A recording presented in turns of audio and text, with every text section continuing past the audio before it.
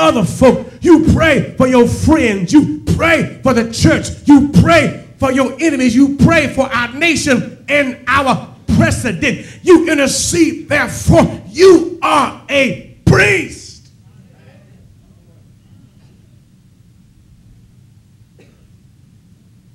I ain't going to be long. But the first thing I want to talk about is betraying behavior. The priest, they don't always look like the priest. The priest with the crooked halo on.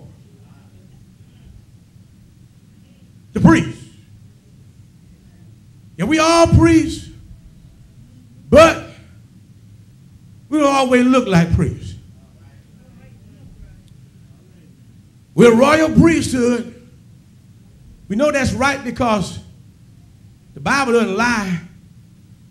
And we're told we're a royal priesthood and a holy nation. Yet, we don't always look holy. Sometimes we fall. Are you with me here? I've been justified by the blood, but yet we fall. Just man, the Bible says, falls 7 times, but he gets back up. Falling, you got to admit, is not the best behavior for a priest. Are y'all with me here? Yeah, y'all know y'all love me here, but if I went on the blink up and him went acting crazy, I can hear it now from some quarters. He called himself a man of God. Falling ain't the best behavior for a priest. But there are times, like the choir in the movie sang, we just ain't good enough. That's what verse 3 talks about. Look at it. Joshua was clothed with filthy garments and stood before the angel. Now know this, in the Levitical priesthood, no priest could stand before God with filthy garments on. It was an abomination. God help me. Folk come to church and don't even iron the shirt. Got to iron at the house. But no priest could stand before God without his best on. He stands there with filthy garments on. MacArthur says Zechariah is using, get this now, in the Hebrew, the most loathsome and vile term for filth. It was not just dirty Jeffrey, he had a filthy garment on. You can imagine cooking barbecue and wiping the sauce on your stuff. You understand what I'm saying? And let me get down. Blowing your nose on your sleeve. It was filthy.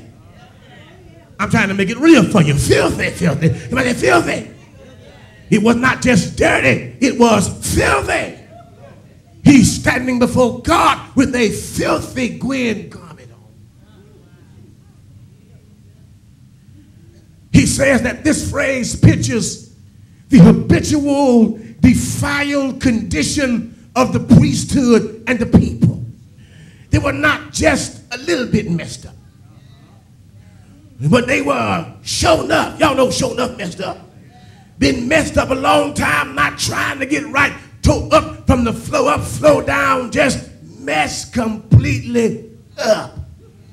And it is this toe up and messed up behavior that becomes the basis of Satan's accusation that the nation is not worthy to be called God's people. You mean to tell me, God, that these are the folk you chose doing the stuff that they're doing? They're filthy. And they ain't worthy of your protection and your blessing. Take your heads from around them and let me have them. Tell your neighbor, they opened the door. You see, the filthy garment was a symbol of sin. Proverbs 30:12 says, there is a generation that's pure in their own eyes, and yet is not washed from their filthiness, their self-righteousness. Isaiah 64:6 says, but we are all as an unclean thing, for all of our righteousness is as filthy rags. Have I got a witness here? Here, primarily, the filthy garments represent the abject state of the priesthood and the people as they come back from Babylon. It represents where a lot of us are right now. We are betrayed by our behavior. We have supposed holy hands lifted up without having a holy heart. Tell your neighbor, it ain't the hands, it's the heart. We are sacrificing, but we are not submitting. It ain't what you do on the outside, it's what you do on the inside. You can't say, I'm sitting down on the outside, but on the inside, I'm still standing. Y'all ain't praying. Filthy garments. We have on filthy garments, yet we have them on in the right place. Because it's one thing to be filthy outside, and it's another thing to be filthy inside. And if I'm going to be tore up and filthy, I'd rather be filthy inside. Here's where we mess up. When folk do stuff, we run them out. We need them to stay. If they're going to be filthy, let them be filthy before God. It ain't like God don't know.